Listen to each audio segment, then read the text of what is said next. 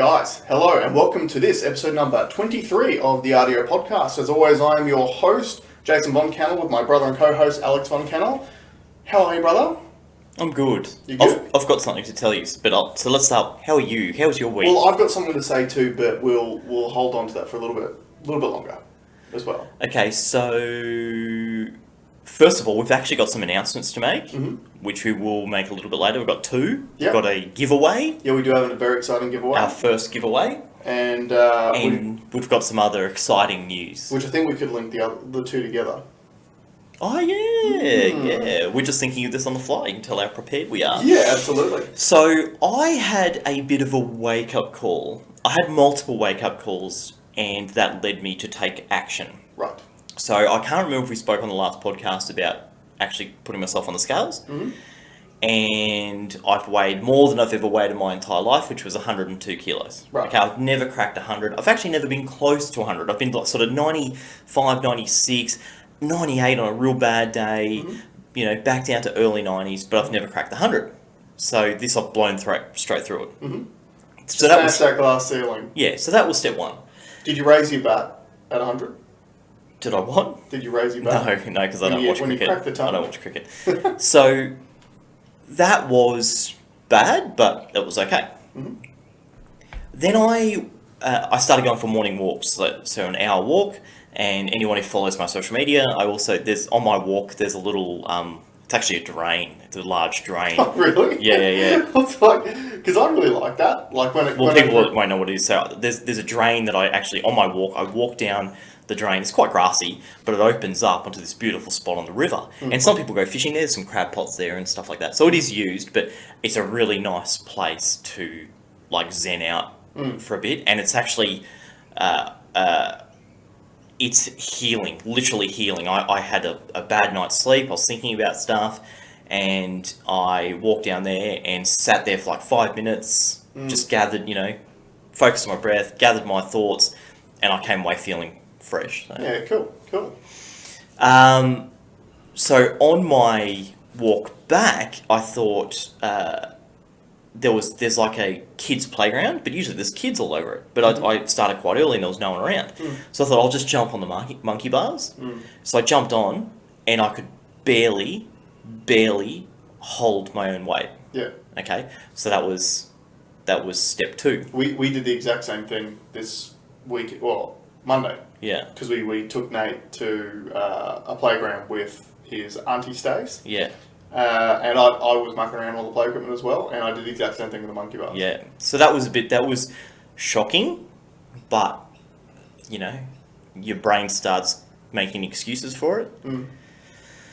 But the final straw was on Sunday, I went with the boys go-karting. Mm-hmm. So there was 5 of us in total. Now, I consider myself a good driver. Okay, I'm a driving enthusiast, done a lot of education in in advanced driving. I've done I nerd out on motorsport. I've done various track days, I consider myself up there. And in my group of friends, all my friends are good drivers. I never not win at least one session. I always win at least one. I think the best position I had was third. So out of 3 sessions, I was third, and then not on the board. Right. And it's purely down to weight. There was a corner there, because I know the go-kart track quite well, extreme karting. It's turn 4. In multiple karts, I literally couldn't follow the correct racing line, because I'm pushing so wide, because I'm trying to push so much inertia around it. And the guy that won it, my mate Russell, that basically dominated the whole session, is 25 kilos lighter than me. Oh yeah, that makes a massive difference. Yeah, but I can do something about it. Yeah. So I did. Yeah. The day after, on Monday when I came into work, I walked down the coffee shop, and at next door to my office is a gym. Well, the guy from the gym was there, and I said, "Hey Matt, just got towed up at go-karting. I need to get my shit together." And he goes, "Okay, I'll come see you." So I went back in the office, He walks in, sits down, and he goes, "Okay, what does getting your shit together look like?" And I told him what my goals were, and he's like, "All right, when do you want to start?" I'm like, "Tomorrow." Mm-hmm. So yesterday was my first session at the gym. It's literally next door. I've got no excuse to do it. Yeah. I'm very sore today. What's the business called? Give him a shout out. Wink Fit. Wink Fit? Wink Fit, yeah. Okay. Wink Fit's in Kelvin Grove. Mm-hmm. Literally shares a wall with my shed. Mm-hmm. So if you guys hear like some banging or something like that, that's the gym next door. Yeah. And it was brutal. Mm-hmm. I've never sweat so much before in my life, even after it was like a strength session. Right. And we kind of did these stations, and I'd left the aircon on in my office, mm-hmm. and where I was going to change my clothes when I finished. And I came around, and for an hour after, I'm just excreting insane amounts of sweat right in front of the air conditioner. Mm-hmm. So it feels good. So I'll start with two times a week. Mm-hmm. So I'll do Tuesdays and Thursday afternoons. Yep. And I'll maintain my walking. I needed to walk this morning just to shake up the lactic acid that built up in my legs because it was a bit sore. But I will get to the top step of the go-kart podium again, and I will be able to have fun on the monkey bars. So that's something I've kind of added to my... to your goals for the year. I know I said 95 kilos, yeah, but it's going to be more than that. It's going to be I've got all the time and all the resources available. Mm-hmm. I'm going to thrive. It is time to thrive. Nice. And that's where... funny enough, I re-listened to our episode about the goal setting when I was doing the editing. And obviously, this gets back down to having a real tangible goal to aim for. So you understand that your issues with the racing is because you're holding too much weight. Mm. Now, you can drop that weight in a variety of different ways. Obviously, the number one would be losing body fat. Mm-hmm. But if you really want to take it to the nth degree, then you're not going to want to do any muscle hypertrophy stuff. You're going to want to do muscle endurance stuff. Because obviously it's for racing. So you don't want to have big muscles that you can only use for a short period of time. You want to have small, lean muscles that you can use for a long period of time. So you've got an actual genuine goal and a result you're looking for, which is a really, really good thing. Yeah, it's probably one of the things that I struggle with a little bit at the moment in regards to fitness goals. Now, I haven't done a whole lot for the last few weeks because I've been sick and really fatigued and stuff like that. So I'm going to be getting back into it from this week as well. But my whole thing is now it's for the last 3 years, my exercise, first it was about rehab for my knee, which was a good targeted goal. I knew exactly where I was going with it. You were absolutely dedicated when you were doing that too. 100%. Now it's the goal is general fitness. Yeah, and that's so broad. Because there's so many different things you can do in fitness. And again, like I mentioned on that podcast, aesthetics have never been the goal. Aesthetics will always be a byproduct of any exercise you do. You're always, if you drop fat, build muscle, you're always going to look better. Yeah. Right? Yeah. But I'm not going to be standing doing curls on the squat rack to try to get big arms or something like that. So I think, for me, it's I really want to set my goal as going back to basketball this year, and I want to tailor my training around basketball-specific activities to give me something to actually shoot for as well. And how did you feel on the monkey bars? Weak as. Too heavy. Grip strength, right? To be honest, my grip strength was fine, and I reckon that comes from the weight training I have been doing. So obviously I've been throwing around that 50 kilo weight bar a little bit. I've been doing a lot of kettlebell stuff. For a few months, kettlebells I've been doing for 2 years. The actual weight bar, bit heavier, I've been doing for about a month since I bought it. So grip strength seemed fine. My biggest issue was that, because I did one length of the monkey bars, and I was done. Yeah, I know, right? Yeah. So the one I did it's not actually a monkey bar. It was like a Ninja Warrior course that had 3 round twisting wheels, and you grab onto one and it sort of swings around and you grab the other. Where's that? That's cool. Just near my house, on my walk. And it's actually got a whole Ninja Warrior course. Wow. Yeah. But on a much smaller scale and much lower to the ground. It probably should be. But that'd be an amazing training tool. It's usually always full of kids, and I feel weird being a non-dad. That was a big point that came out of this week too. So we took Nate to a park in Pacific Pines, which is quite cool. Like, got a lot of stuff there. I've got to say, kids' playgrounds have come a long way, and also in certain ways pulled back a little bit over the years because everything obviously has to be safer.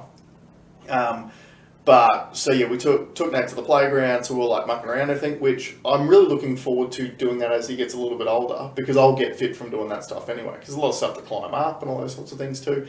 But one of my friends posted, shout out to Lisa, because I know that she'll be watching this too, about, saying, you got to admit it, that I was having more fun by being there than Nate was. Sure. And said, but the problem is, as a bloke with a kid at a playground, if you're just sitting there staring, you look like a pedo. Yeah, that's worse. You actually have to get involved. Sorry, that's not the worst thing. That's the second best. The absolute worse than someone watching it, is if someone unrelated to the kids is playing with the kids on the grounds. I think worse is if someone takes a kid and leaves that doesn't belong to them. That's probably the worst. It's the hypocrisy of it. It's a hypocrite. Yeah, hypocrisy. That's a reference to a Norm Macdonald's joke about Bill Cosby. If you are a comedy fan and you don't know who Norm Macdonald is, you need to go and seek him out. Yeah. He is like one of the masters of comedy. Yeah. And I'm watching Norm Macdonald live, which he did a podcast basically like this one, years and years ago, and it's different to other comedy and the deadpan way that he does it, and he's extremely intelligent, but he ebbs and flows between absolute dirtbag comedy to like really intellectual stuff. But I also like the way that he tries to dip his friends into it. So when there's he goads them in. Well, not even goads them in. He just throws them straight into things that will try to make them sound racist or prejudiced or something like that. But if you don't know who Norm Macdonald is, he was Billy Madison's friend. Yeah. He was the skinny one. Yeah. What else has he been in? Heaps of stuff. I can't really think off the top of my head. Should have done some research. But look him up. But one of the things I really like about listening to him and a lot of the older comics, you can just tell that they've just been doing it forever, so they're so polished. So I'm mindful of even just speaking on the podcast, because we're obviously still pretty new at this, with the way that I speak, that you'll throw some ums in, you'll throw some filler words in. Yeah. Where these guys just don't do that, because every single word is crafted and practiced. But in saying that, I listen to the No Agenda podcast, which is one of my favourites, and those guys, Adam Curry's literally the podfather. He invented the podcast, and he is still adapting his speech patterns to improve the way that he speaks. So it's a constant development. But hasn't he also got Tourette's? Yeah, but it's not major. They're not tics. No. He doesn't have voice tics. He has facial tics. But he knows that there are words that they say, both him and John C. Dvorak, they say as part of habit and not exactly. They don't add any value. It doesn't. Words that don't add any value. Yeah. Which is interesting too. When you actually listen back to yourself say anything. Look, number one, it's funny how someone who can have their own podcast, I actually hate the sound of my own voice. And I think a lot of people don't like the sound of their own voice as well, because it's an unnatural sound. Because it actually sounds completely different when you listen to it than it does inside your head when you're actually making the noises yourself. Sorry, go. There you go. So that's one thing. Now I completely lost my train of thought. Just get me off. Sorry. The power of your own voice is so powerful, in fact, that the Japanese during World War II tried to develop a weapon that they wanted to intercept radio communication, and all they wanted to do was play back what you had said a fraction after you had said it. Yeah. Now, Dad's phone at work when he had the pizza shop used to do it to one of my mobiles all the time. Right. And it will literally cripple your brain. Yeah, it messes with you. You just hear yourself back. You know when someone plays the game where they just copy you? And when they just copy you. Yeah. They just copy you. That's annoying, but imagine hearing your own voice straight after. It is brutal. Yeah. And it would have been really effective if they'd ever got it to work. It's like when you're on the phone with someone who's speaking to you from their car with their Bluetooth on and the speaker's too loud, and obviously your voice plays out of the speakers, gets picked up by the microphone, gets played back to you. It actually messes with your thought process. Yeah. Which it definitely has, because I completely forgot what we were talking about. Yeah. So what was the... we were talking about, obviously, we start with your fitness goals. Yeah. And I think, look, obviously it's, what's the date today? It's the 6th of January, 2021. So I think we are in that period where everyone does do the New Year, New Me, New Year's resolution, I'm going to go and get fit and healthy thing. And look, out of all the goals that you can have, it's probably one of the most important goals because health is wealth. Like, obviously, we mentioned it before about you can have all the money in the world, but if you're not healthy enough to enjoy it, or if you don't have any friends around you to enjoy it with, what's the point? All of the richest men on the planet will always say, they can buy anything they want in the world, but they can't buy health and they can't buy time. And you kind of can buy health now with a lot of the different advancements in vitamins, in technology with things like... Yeah, but I would say they are investing in it. So what they're trying to counter is the people out there that put no investment in their health whatsoever. Yeah. People overwork, lethargic lifestyles, that sort of thing. So whether you're doing it via just throwing money at it to purchase the best supplementation or having the best diet, that's all positive. That's a positive thing. Yeah, for or sure. if you're out there grinding, doing push-ups and squats and booty moves, Zumba. True. So, do you want to do your own fitness challenge then? No. No. Because it's for me. Fair enough. Yeah, fair It's enough. for me. And that's a good motivator to have, is just to do it for yourself. Yeah. Yeah. So you did your first session yesterday. How's the body feel? Sore. Very sore? And I know it's going to be sore tomorrow. It's going to be way worse tomorrow. Yeah, because you're going to get DOMS, delayed onset muscle soreness. So I got home last night and showered up, had some dinner, and I've got a hypervolt, like a percussion massage thing. And man, I hit the spots. I was like, seriously, this thing got so deep inside me. I thought I was gay for a moment. Because you enjoyed it so much. Yeah. I had a big smile on my face. No, it was really, really sore. But I'm glad I went for a walk this morning, because when I got out of bed, I felt like an old man. And after the walk, everything loosens up and warms up, and it's better. Yeah. It's better. But I feel good. Yeah, cool. I feel good. Yeah, and it's just good just to make a start, and like I said, have a targeted goal that you're working towards. And the good thing about having a trainer as well is you've got someone to keep you accountable. And he's right next door. He's right next door. Yeah. So, if he calls you up and it's like, hey, where are you? We're supposed to be having a training session today. You literally can't avoid him. He joked to me yesterday because I left my water bottle in here, so I had done 3 sets of something, and I'm just going to get my water bottle. And when I came back, he's like, I was expecting to see that I've got a little Honda Grom motorbike that you've seen the pictures of, little tiny thing, and he goes, I was just expecting to see ding ding ding ding take off. Get straight out. And I had to be honest with him. I couldn't even sit on that thing. My legs are so sore. There's no way. There is just no way. Yeah, and look, that sort of training does feel really good once you actually get back into it. Yeah. I'll always remember when I first started doing kickboxing years ago, the first session I ever went to, because I was fit back then, and I imagine myself as a fit person. But you also realise when you do anything relatively high level, there's different types of fitness that your body can be used to, and I just was not used to that. So we used to train in the top of this. It was basically like a massive shed, but we trained on the top level. It had corrugated iron roof, and it was on a slant, and it would slant towards where the sun would set, and we trained in the afternoon. So at the lowest point, this roof is probably just on 2 meters tall, and the highest point is probably, I don't know, 6 or 7 meters tall. Yeah.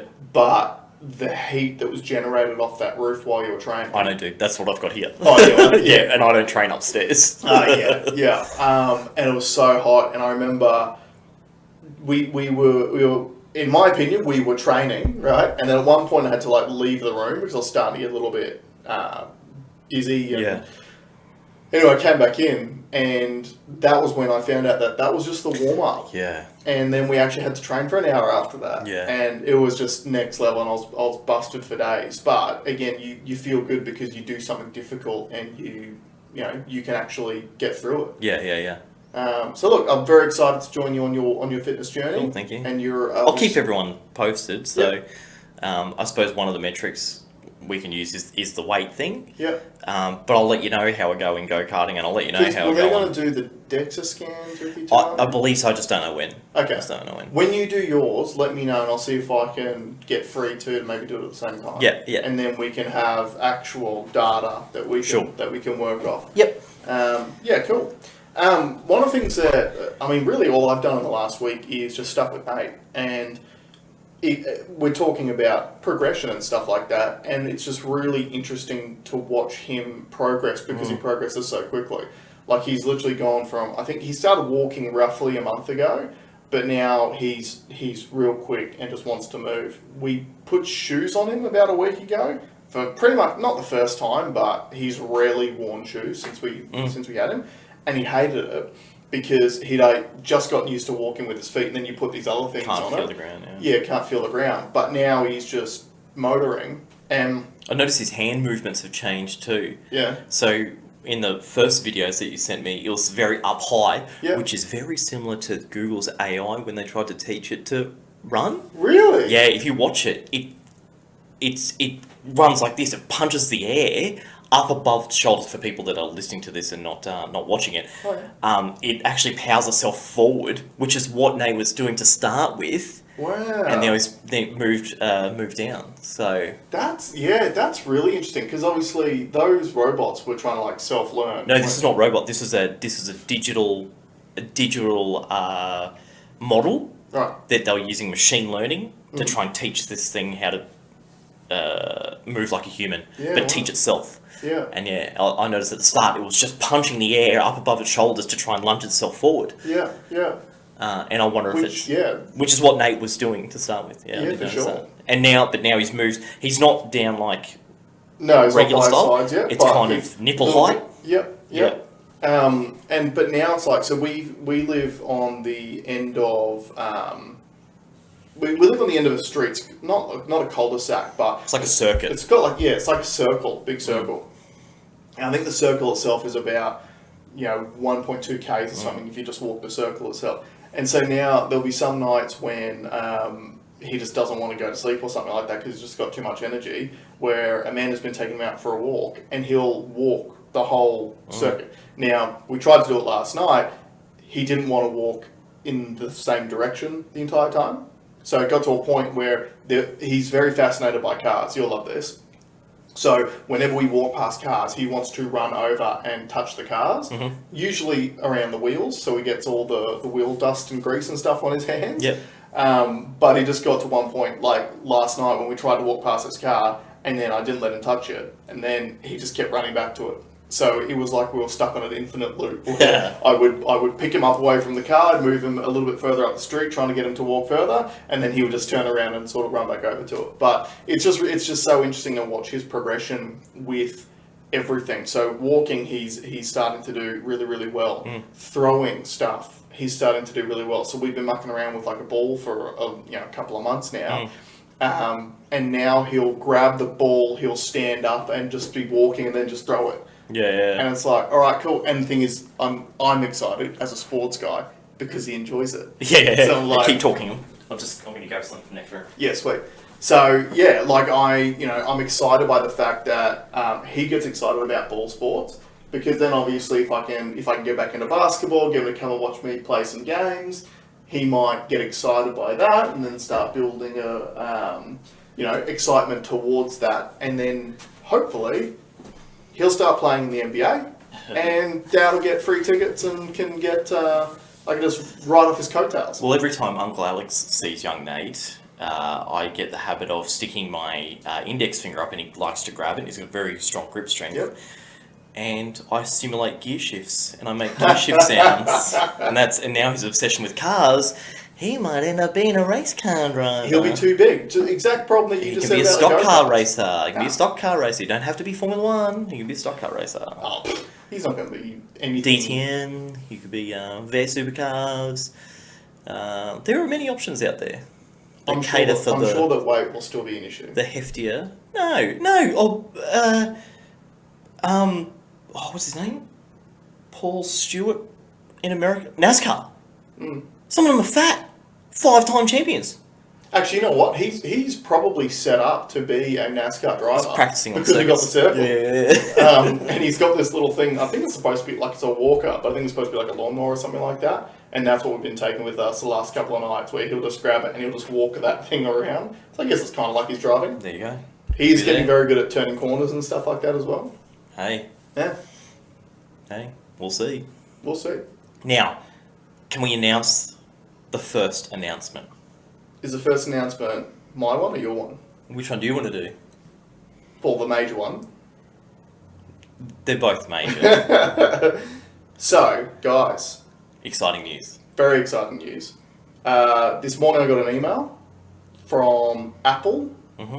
Not a scam this time. Yeah. That we have officially been approved for to be distributed, I guess would be the term, on the Apple Podcast app. Yeah, applause track. Whee! So, guys, if you're an Apple user, which I am, jump on your podcast app, search for the RDO Podcast. Search for the RDO Podcast. You'll recognise the symbol, because obviously it's got the logo and everything like that. Search for the RDO Podcast and subscribe to it. And then that way it'll download directly to your library every single week when we have a new episode that comes out of it.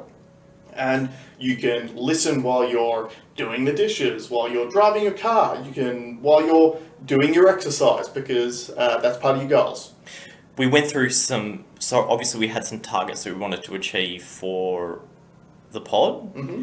And one of them, we wanted to get the audio sorted out first. Yep. Before we went to those platforms, because the audio definitely wasn't up to scratch. We think it is now, but we know that there's some adjustments that we need to make. So I've got some wind screens coming for the mics. Yeah.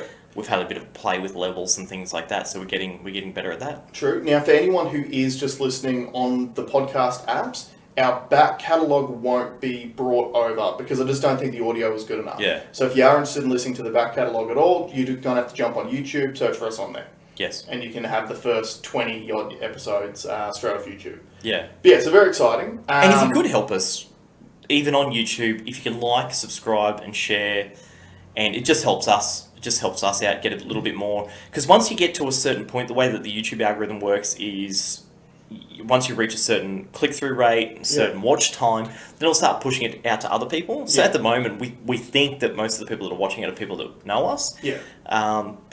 But we want to find our audience globally. Yeah. And that would really help if you just liked, for sure, shared. But if you do think that just jumping on the podcast apps is easier for you, by all means, just do it that way instead. You can still rate it. Yeah, absolutely. Yeah, still share it. Give us a rating.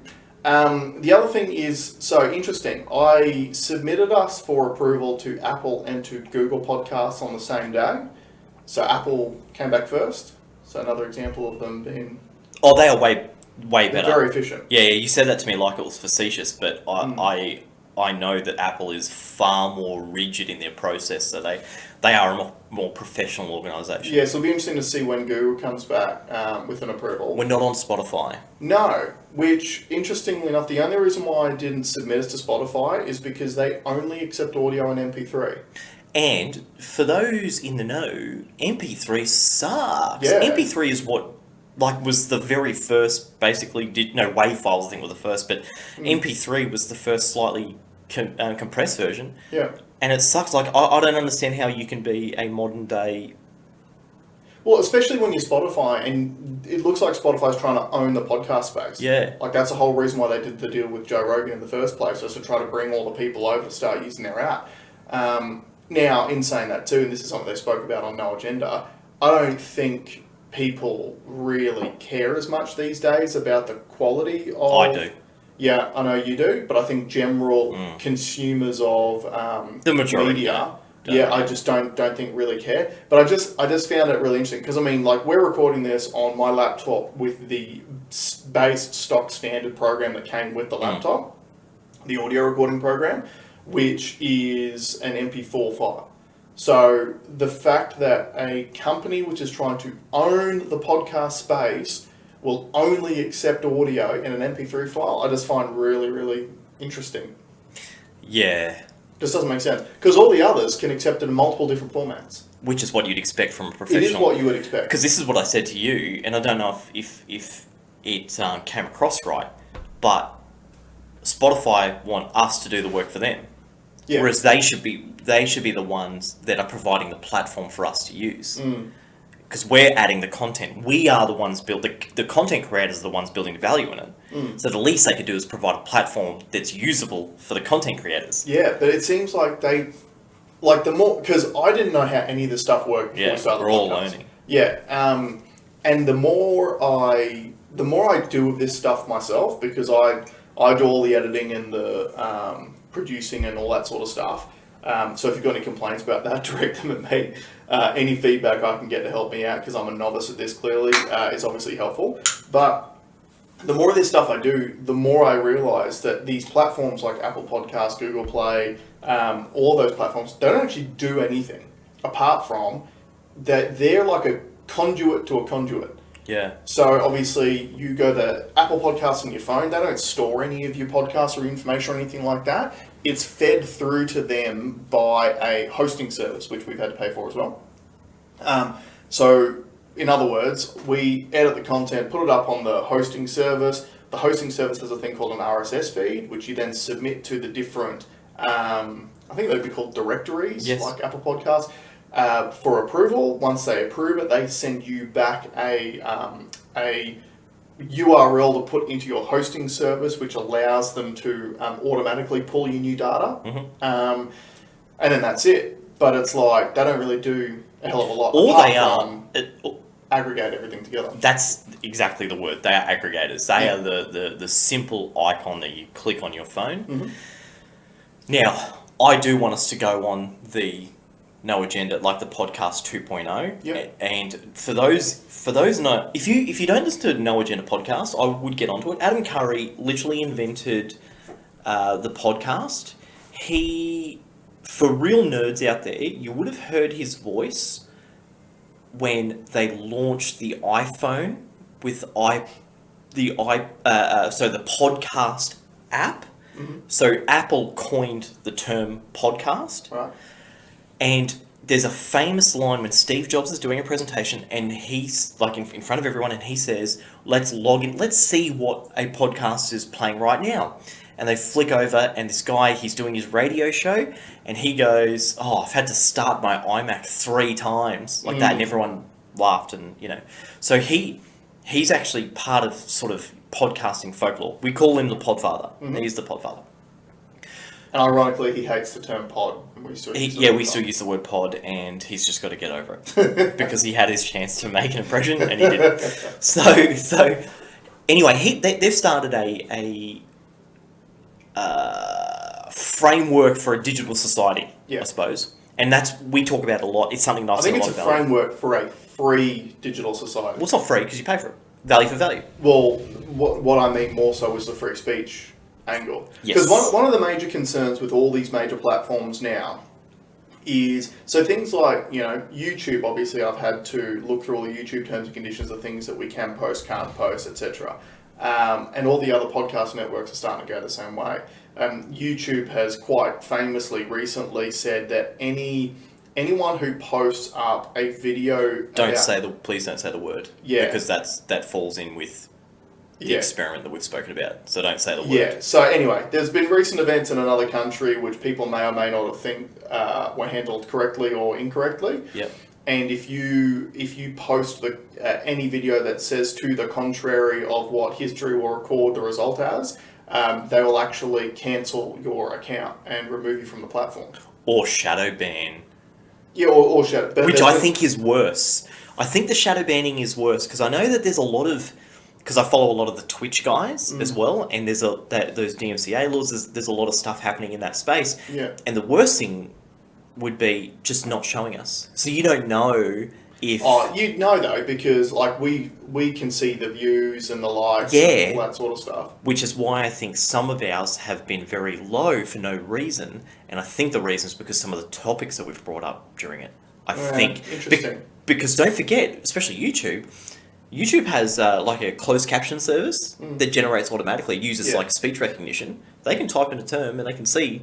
Yeah, that's an interesting point. So those are things that we will be very careful in speaking about. Yeah, and that's half the concern, and one of the reasons why the No Agenda guys and Adam Curry specifically have gone to this Podcasting 2.0 platform, because they still want the podcast to be a bastion for free speech. And again, they want to have it like it needs to be.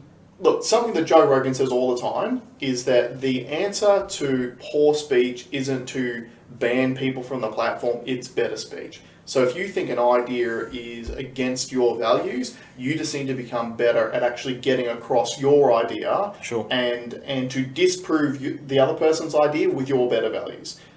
Banning that other person from your platform is not the answer. Correct, yeah. And this is why having a platform like Podcasting 2.0 by those guys can be really important, because the other thing down the track is also going to be like if they're looking at shadow bans and all that sort of stuff now, it'll just be straight up deleting your content down the track.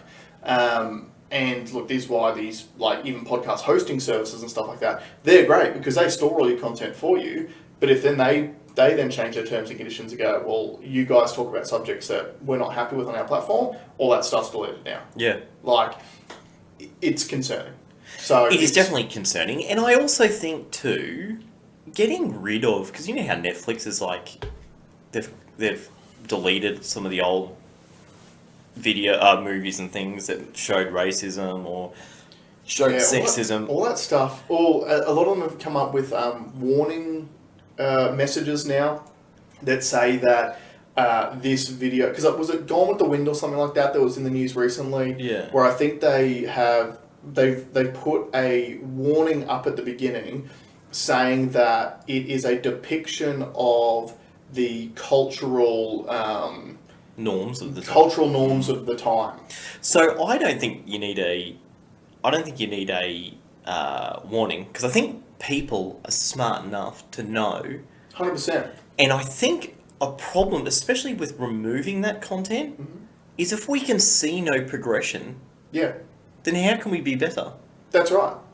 Like, we talk about goals and stuff like that all the time, because you want to be looking back going, this is where we were, and this is where we've gotten to now. You should feel, when you watch something that depicts slavery or blatant sexism, and you should feel sick. You should feel, it should make you feel like, I'm glad that we don't live in a world. That's right. You should look at your partner and go, I can't believe we used to treat people like that. Yeah. Like, that's what you should...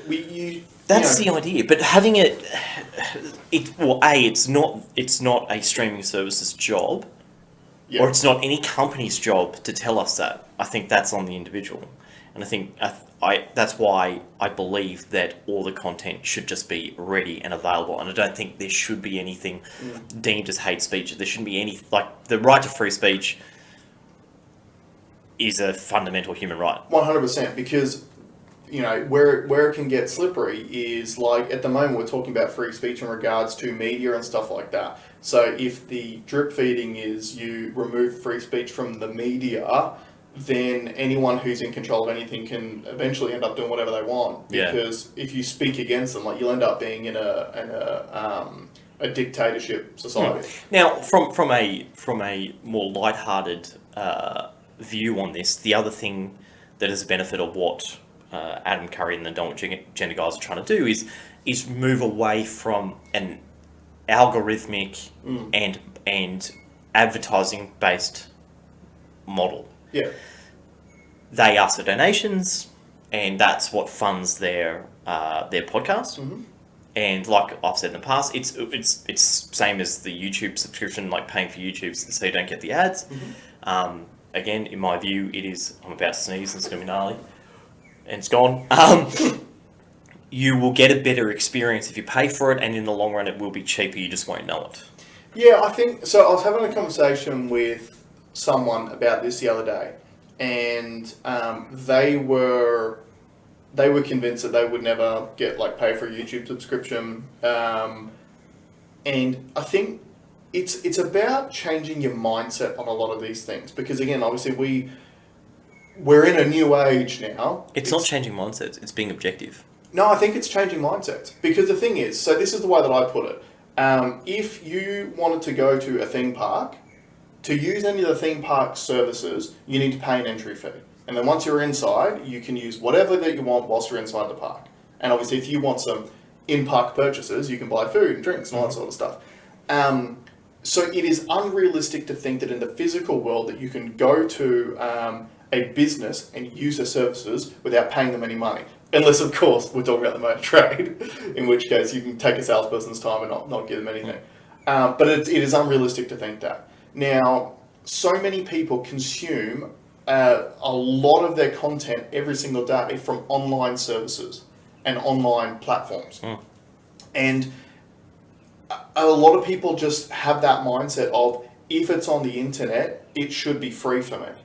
But is it not the same thing? Is it not someone putting work, time, and effort into content that you then consume, and perhaps you should be actually paying a fee or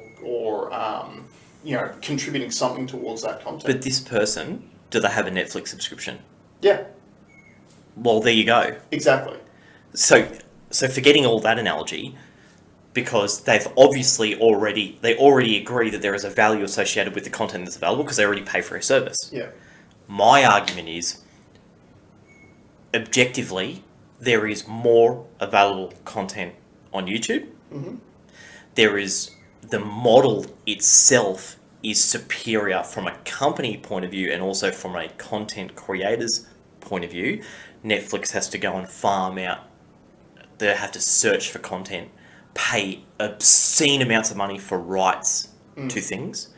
YouTube is generated for free for them. Well, the argument from their perspective, though, was that the production quality going into the content that's on Netflix is at a much higher level than what you would get in general on YouTube. Yes, but you wait and see now that the theatres are basically shut. There's not going to be that money spent because you're never going to make it back using those streaming services. So the model will shift. Well, yeah. So now the other value proposition for YouTube is the ability to watch. There's no Netflix how to change the tyres on a car. That's right. There's no Netflix how do I make a risotto. Mm-hmm. But YouTube there is. Yeah. So and I think it's $1 cheaper per month. Okay. Plus, it gives you access to YouTube Music, which is basically the equivalent of a Spotify. Yeah. So to me, from a pure objective value for content, YouTube Premium blows any other service out of the water. Yeah. Especially now that we mentioned this a few weeks ago, all the services now are, because there's been no production in 2020, like all the film houses were closed, like a lot of TV series were cancelled, like there's been no real new content coming out. So all these streaming services that you have to pay subscriptions to, the amount of content that they've got on them and new content coming out, there is none. Yeah, and doesn't it irk you that Netflix shows different content in different countries? Yeah, yeah. That irks the hell out of me. Yeah. Yeah, it doesn't make any sense, does That's it? a Murdoch construct. Right. Because he will own the rights. He'll get rights to them first through paid services here in Australia. Yeah. So there are certain things that will be on Netflix America that we're not allowed to watch here. Yeah. Whereas there's nothing like that on YouTube. It's a truly global and free distribution, relatively free distribution, not financially free, but a free distribution of content. Yeah, yeah. That's how it should be. That's that internet part. That's how it should be. Yeah, but I think even getting it down to a more micro level, because like you said, I think the landscape is changing. I think there are starting to become far too many streaming subscription services, and the problem is every single one of these services only has like one anchor show or anchor movie, and then everything around it is just filler crap. That was Amazon Prime for me. The only show that I want to watch on Amazon is the Grand Tour. Yeah. So they did this big push, and I was on board, Mm-hmm. and they did 10 episodes, I think, in 1 year. Now they do one a year or something. Yeah. And everything else on it is garbage. Yeah. So then I think like what I could see the world going to is having a like pay-per-view platform which is a microtransaction for any of your favorites. So for example, instead of having a Netflix which has got all the different Netflix shows on it, if you want to find one of those shows, you just go on the internet, go straight to their website and pay 20 cents to watch it. Yeah, that's... And just watch it directly. I've been saying that for ages. That's Yeah. the only fair and equitable way. But it's not a $3.99 rent on YouTube Premium or something like that. It's got to be... The value for the customer has to meet, obviously, what can be profitable for the companies. Mm-hmm. There's just a happy medium that needs to be found. Mm. But I also, like we said in the last one, I think that you should pay for what you use and not for what you've purchased. Yeah, You should, again, with podcasting being so big, if you're 20 minutes into an hour, pay for 20 minutes. Mm. Because that's the value that you're getting. So, Yeah. I don't want to go around in circles, but... For sure. Should we do the second announcement? Okay, so obviously, just to wrap that up, we are available on Apple. We are looking at trying to, well, Google just hasn't approved us yet. Yep. And then once that up, we'll let you know, but we'll let everyone know on the social medias as well. It's the RDO Podcast. Yeah. Because there is another one called RDO Podcast. There's heaps that have RDO on the name. So when I did a Google search, it was only really that one that flagged up. Okay. So just be mindful for that, because I think the other one was like a right wing something. Yeah. I think that it said that it's going to take 2 days or like you can find us if you actually search, but it will take 2 days before like you could just scroll through and just see us there. I don't know. But by the time this goes out, it'll be up. Yeah, for sure. Okay, so giveaway. We have a special giveaway. We have a special giveaway. And basically this stems from the fact that I ordered something off AliExpress and they sent me the wrong thing. And instead of sending it back or opening up a case for them, I'll just give it away. So, if you have a Samsung, which I think is an S20 Plus, I think, if you've got one of these and you subscribe to our channel, right, and you send us a screenshot of you sharing one of our videos, I'll give this to you. It's a silicon case. It's probably worth $3, right? It's still got like sort of the bracing inside. It is a little bit sweaty because I've just touched it this morning. Got sweaty hands. There is no box because that's how you get stuff cheap, is don't get them packaged. But we will give this out. So the rules are, you have to be subscribed, and we just want to see a screenshot. You can send it to the Instagram page, just of you sharing it. And I'll either send this to you or I'll drive out to your house and drop it. You've got to share it on your page and tag us in it. Yeah. Yeah. And so I think it's S20. I'm pretty sure I tried it on an S20 FE and it doesn't fit. So I think it's an S20 Plus. I think.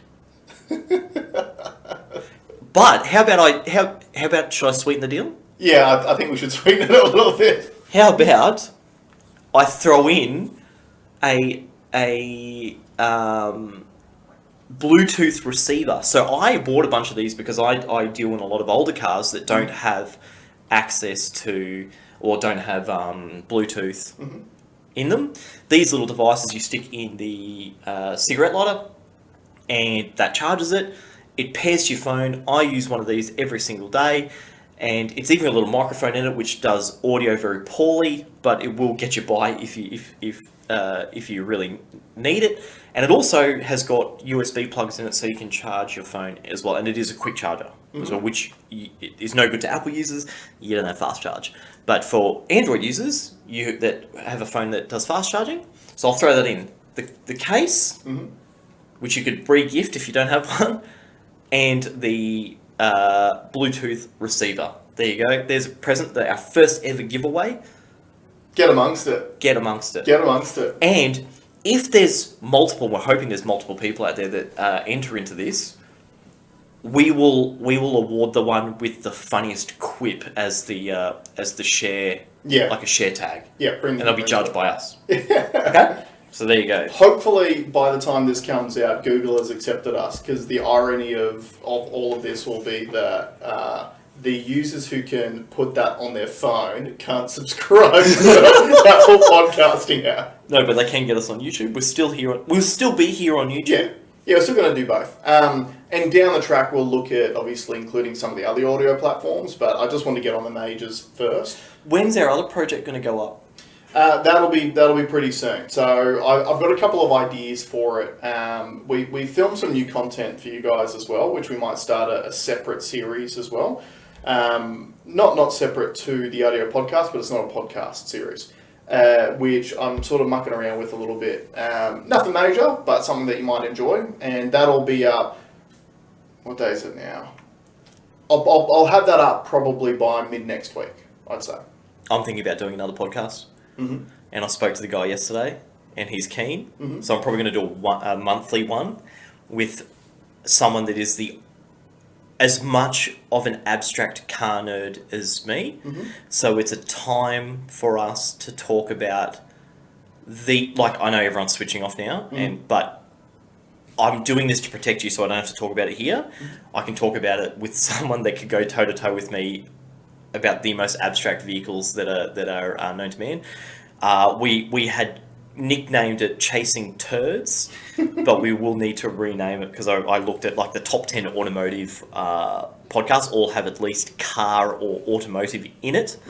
So I'm trying to think, if anyone can think of a great name about two nerds talking about the cars that no one cares about, I'll put your submissions through, and it'll probably be like once a month.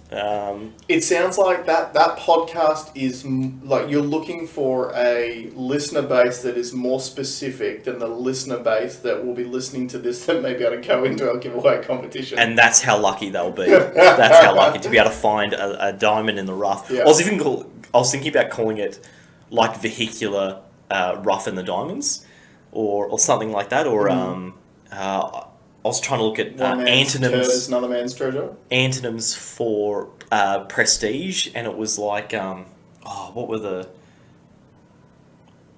I can't remember what they were, but it was no good. It was no good. So we have to think of the name. Something to think of. Yeah. Yeah. So I'm hoping to have.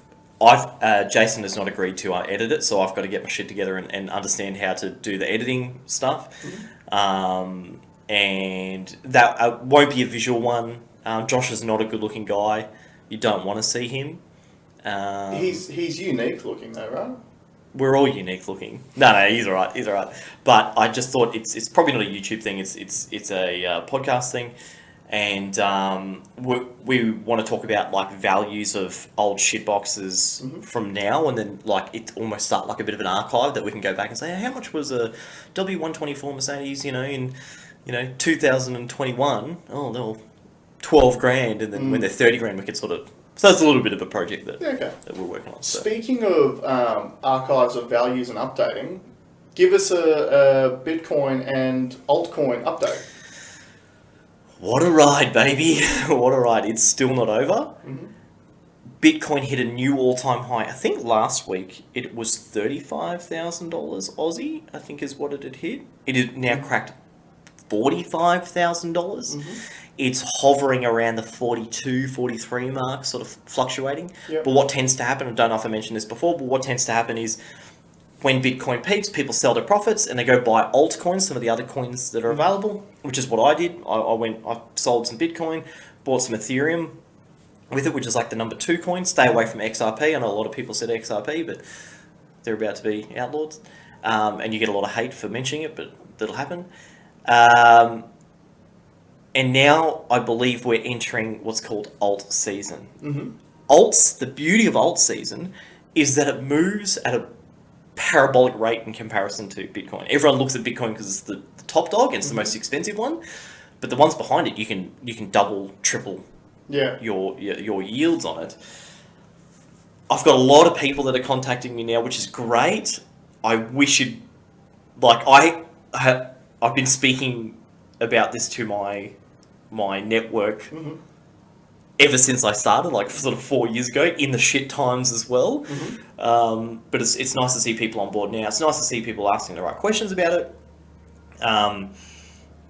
This cycle's going to be big. It's going to be bigger, a lot bigger than before. There's a lot of people coming out saying it's going to be $100,000, but I remember them saying that last time too. I don't think it'll be $100,000. I think it could hit 50,000 Australian this cycle maybe. And what I suggest is don't get in. Don't get in, because if you had got in when I originally told you not to get in, you probably would have doubled your money. You would have doubled your money. Yeah, so I'm glad you didn't. But from a real point of view, wait later on this year and buy the dip when it drops, and it will drop. It always does. It's how all markets work. You can't have this parabolic rise and it will never stay there. When it dips, that's your opportunity to get in. There are massive benefits. I don't know if everyone saw the video I posted up from Venezuela. It's an old video, but like a hot dog was 9,000 bolivares, which is the equivalent of like a week's pay. Yep. So don't let all the stimulus money that we're getting, we're going to have to pay for eventually in taxation or debasing of our currency. So the best way to hedge against that is to get an asset that is not cash. And especially when we are edging closer and closer towards negative interest rates as well. Yep. Like we said before, negative interest rates means you've got money in a savings account in the bank. They'll actually be pulling money off you for the privilege of holding on to it for you. So you do need to find... It sounds ridiculous. It sounds counterintuitive that everyone's like, oh, money in the bank and blah, blah, blah, blah. And your parents are definitely going to say it too, because for them, when they're probably paying 18% interest on their property, but they're getting 12% in the bank, and if you had cash and you owned your property outright, that was the best solution. But it's definitely not the best solution now. There are other things out there. I'm not saying that crypto is the answer. I'm saying crypto is an available option. And this is what we spoke about this the other day in regards to boomers and housing and investing and all that sort of stuff. And the problem is, and this is why we've always got to constantly update our thinking about everything, because the world's constantly changing. And the problem with a lot of boomers that try to give out advice is that they will give out advice that worked for them, which makes sense, because you're like, hey, I did this, I was successful, you should do it too. The problem is the rules have changed. The game has changed. It's like anyone from any sport who was one of the greats, if you put them into the new game, they'll get destroyed because the game is different. So boomers, congratulations, a lot of you did extremely well, probably the easiest market conditions that you could have. Yep. And if you whinged me about paying your 18% interest rate on your $50,000 mortgage, I don't care. Yeah. But I think I'm the only person out there that's probably saying, like, don't buy a house for young people. And there are, like, I would be investing in go rent a place, a modest place that would be equivalent to the type of house that you're going to buy. Whatever the difference between what your rent was going to be and what your mortgage payment was going to be, plus your expenses, put that in an ETF fund or something, or invest that in something. And the reason why I say that is because the share performance, like business performance, is definitely growing, especially after what we've just been through. But also, once you're in that market, once you start turning that money, you're going to get sort of exponential growth. And properties aren't moving like they once were back in the day, because you've got to think about affordability. Our wages aren't meeting what the property prices are. So there's only so much that people can spend. And the one big benefit, I would say, of having a share portfolio as opposed to a property is access. So if something happens, and when I say something happens, I don't necessarily mean something bad, but if an opportunity comes up, you can buy a business, or you can buy there's an opportunity overseas, the ability to be able to liquidate fast is far more beneficial than having something locked up, selling a house, paying some real estate agent $20,000 to sell your place. So do your research and look across, like, take your headspace out of the old traditional, I've got to buy a house because, you got to have a home. There's heaps of places to live. There's heaps of, I rent my place. Mm-hmm. I own property as well, but I don't think it's necessarily been a good investment for me. But I rent a place so that I can, for the amount that I pay for rent, is less than what I would pay for a mortgage on it. Yeah. And if something breaks, you just ring them up and fix it. Just call them up. Yeah. So just keep an open mind and look at. You got to have a long-term strategy. The stuff is not quick. A lot of these friends of mine that are jumping on the crypto now, they just want to make a quick buck. Yeah, and that's one of the things I see posted up on like Instagram stuff all the time about people asking like Warren Buffett, why do you tell everyone your investment strategy? Why don't you just keep it yourself? And he's like, well, I just tell everyone because no one wants to get rich slow. Yeah. Like a lot of these strategies, there are some quick get rich quick schemes. Like if you were an early adopter of Bitcoin and you kept it. Well, it's not quick. It's slow. Well, yeah, that's a good point too. Like it came out in 2010. Yeah. And you will only have been, rich off it if you held it for 10 years. So nothing. It's not fast. No. It's not fast. No, that's right. But have a strategy. Think outside the square. Seek out more information. Do your own investigation. Don't rely on one source for your information. Yep. Diversify your knowledge. Yep. Diversify your portfolio. Yep. And be smart. And if you don't, if the investment doesn't make sense, don't invest. Yeah. For sure. Would be my thing. Oh, and don't invest more than you're willing to lose. Yeah, 100%. Like at the end of the day, investing is like gambling. And if you're going into it with, if you have to make profit on this to survive, it might be too high risk. You're not at that stage yet. Yeah. That's exactly right. Like, you do want to, one of the things that I'm mindful of with our investing is obviously we've still got a decent little nest egg just sitting there that we can live off because I don't want to be caught in a situation where the world tanks, the stock market goes backwards, and then I've got no money to live off, so I'm forced to sell out at the lower prices. Yep. I would prefer to be in a position where I can just hold that and then just wait for it to bounce back, which it will always do. Can I say that to the people jumping on crypto? Yeah. If I hear anyone has lost money on Bitcoin, I'll slap you in the face. Yeah. Because you will never lose unless you sell at a loss. Yeah. Don't sell. Yeah. If it drops, and it will, just leave it. Yep. Just stay the course. And that's the problem with everyone who's getting on it now. Is they're like, it's had a meteoric rise. It's doubled in 2 or 3 weeks. I got to get on that. And the problem is they're buying in at the highest, and then it will halve in 2 to 3 weeks, and they'll be like, I'm losing too much money. Quick, I've got to keep what I've got, and you lose 50% in 2 or 3 weeks. Whereas if you held it, then you'll just ride the next race. Yeah, like I said it last time when we spoke about it at 35 grand.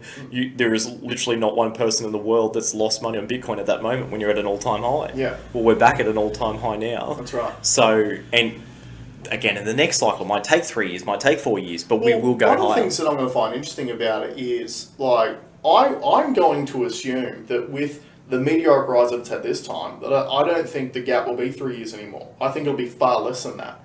Because when it dips, because more people know about it and have seen where it's gotten to, I think when it dips, so many more people are going to buy the dip.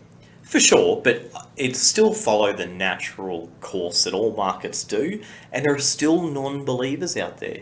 What I found really offensive, so some friends of mine that have reached out and are investing in it now, they've sent me all these great articles by the JP Morgans, by the Citibanks, by all those guys talking about it.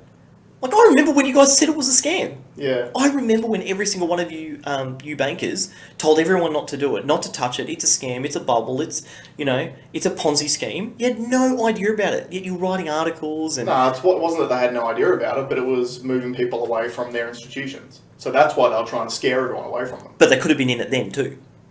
They're in it now. But banks probably were in it then. No, they're not. They weren't. They were trying to talk... That's exactly what I'm saying. Right. They should have been. But they denied it, and it created animosity.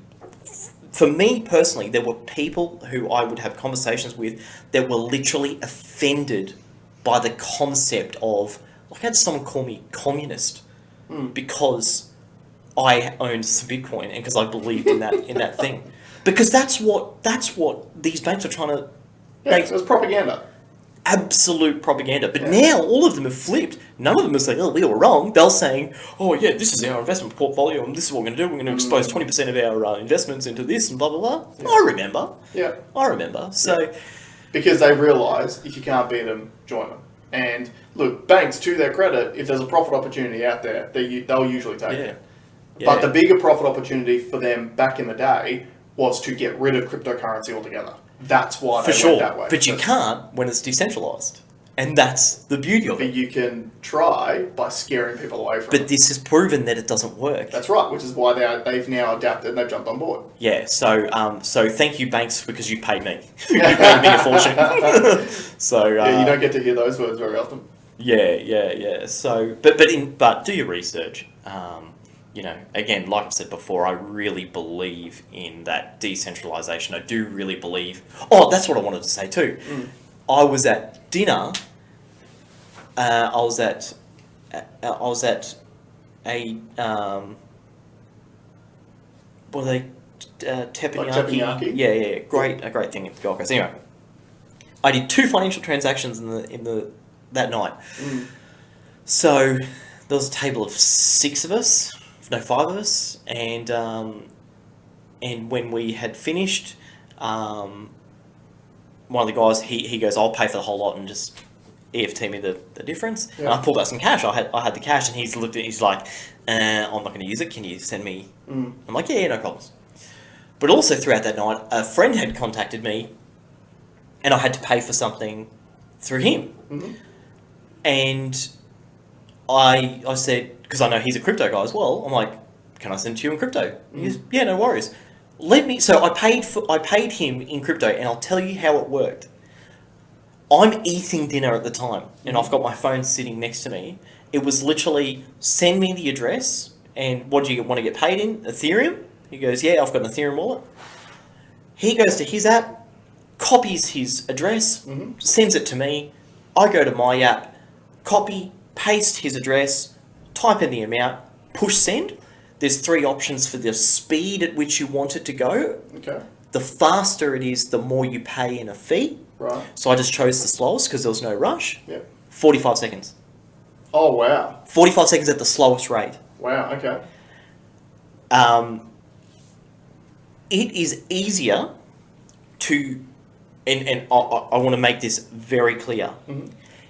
It is easier and faster to pay someone using crypto than it is to use a banking app, whether you've got Pay ID. The only time banking comes close is if you know the person, you've already transacted with them, right? Because then you've got their address saved. And one of the examples I give you of the shortfall in doing a banking transaction is you can't just copy and paste your BSB and account number, or you've got to do it separately. You've got to copy your BSB and you've got to copy your account. Well, okay, so that's 2 lots. Yeah. Often it's not an easy thing to do. Cryptography, the address is a cryptographic line. It's massive. You're never going to type it out. That's right. So you just copy, paste it. Yeah. It's so easy. It's so fast. What day of the week was it that you went out to dinner? Sunday. So it was a weekend. Yeah. And it was still 45 seconds. So I made one of the worst decisions, the worst financial decisions you could ever make. It was about a month ago. I had a big win on the UFC. And it was one of those midweek cards. I think it was on a Thursday or Friday or something like that. And then, so I played with a little bit on the Friday on the NBA. I was like, all right, well, I want to pull some of my profits out. So I did a withdrawal from my Sportsbet account after 5 p.m. on a Friday night. Oh, so when did you get it? Tuesday. And here's the thing. We all know that someone doesn't walk in on Monday morning and go, I'm going to process the things. Ooh, this one to this one. Okay, I'll move, click, drag, Control-C, copy, Control-V. That doesn't happen. Nope. So why? Yeah. And we all know why. And we just think that that's how it should be done. Crypto was the perfect example. Now, Ether is one of the Bitcoin's the slowest. Right. Because it's the oldest. It's it works off technology that's the oldest version of it, and there's people, new cryptos hitting the market that are solving some of these problems, but 45 seconds on the slowest setting. So for me... On a weekend, 24/7. So if I was doing it for my business, there are times when, because I think I told you this before, CommBank holds my money for 24 hours before I pay anyone. So if I want to buy a car, I've got to leave the money, get rid of the money for 24 hours, and a client doesn't see it for 24 hours, so they often don't want to give me the car. But if I did crypto, it would literally be in their account before we had finished talking about it. Yeah. That is the future of financial transactions. 100%. And banks, before you get superseded, just get on board. Like, have those services available to your customers, because otherwise you'll end up being like Kodak when they invented the digital camera. Well, we all know they can. They're just not. Because I don't know if you're... I found that Osco payments only work some of the time now. Yeah. It's not instantaneous every time. Yeah. Because I had a transaction here. He goes, I've got Osco, and it was just $500. It wasn't a big amount, and it was supposed to be for a deposit, 24 hours. Yeah. Why? Yeah, it just makes no sense, doesn't it? I told you about the time when I paid for a car, and the transaction wasn't going through, and I went to the bank because it was from Commonwealth Bank to another bank. Yeah. So I went there and said, "Hey, I need this guy to be paid." He rings the other bank. And then he goes, he's got the phone up to his ear and he goes, okay, so this guy wants to know, have you actually met this guy? Yeah. Yes, mate, I've met him. Okay, does the car exist? I said, I'm the car dealer. So now the two banks are getting involved with my transaction. That's insane. Oh, look, in fairness, after we spoke about scammers the other week, I'm a car dealer. I'm a car dealer. I know my business better than a bank knows my business. So that is unacceptable. And there is nothing. I said I need to get this flag removed. Like I need, because this is putting me at risk, where I'm paying money out of my pocket and I'm not getting the asset, whilst the person is sitting there with me. And fair enough, they don't want to give me the car, right? I wouldn't either, right? Until the money clears. And they said, oh yeah, but security protocols are like, there's nothing we can do about it. That's insane, isn't it? That attitude... It's your money that... Let me use it how I want to. Because of security protocols, you can't use your own money. If I had cash, I could withdraw the cash and I could count it in front of them and give it to them. That's the only way to do an instantaneous transaction. Yeah. But they won't let you do that either, because you're not allowed to input more than $10,000. And if you transact in more than $10,000, you need to fill out a thing saying you're not a money launderer. Yeah. So... Which is ironic, because the banks keep getting dumped on money. Yeah, they're like, hey, can you leave the laundering to us, please? That's our niche market. Yeah. So anyway, that's my rant. Cool. So before we get into the weeds too much, so things to do for you for this week. Jump on Apple Podcasts. Subscribe on there if you've got an iPhone. Hopefully Google will be available by the end of this as well, so then all of you Android users can jump on it as well. So subscribe on there. Take a screenshot of your subscription to it, post it on your social media, tagging the RDO Podcast in it, so you can win these fantastic prizes. Beautiful. That's it. Thank you very much for joining us again. We'll see you next RDO.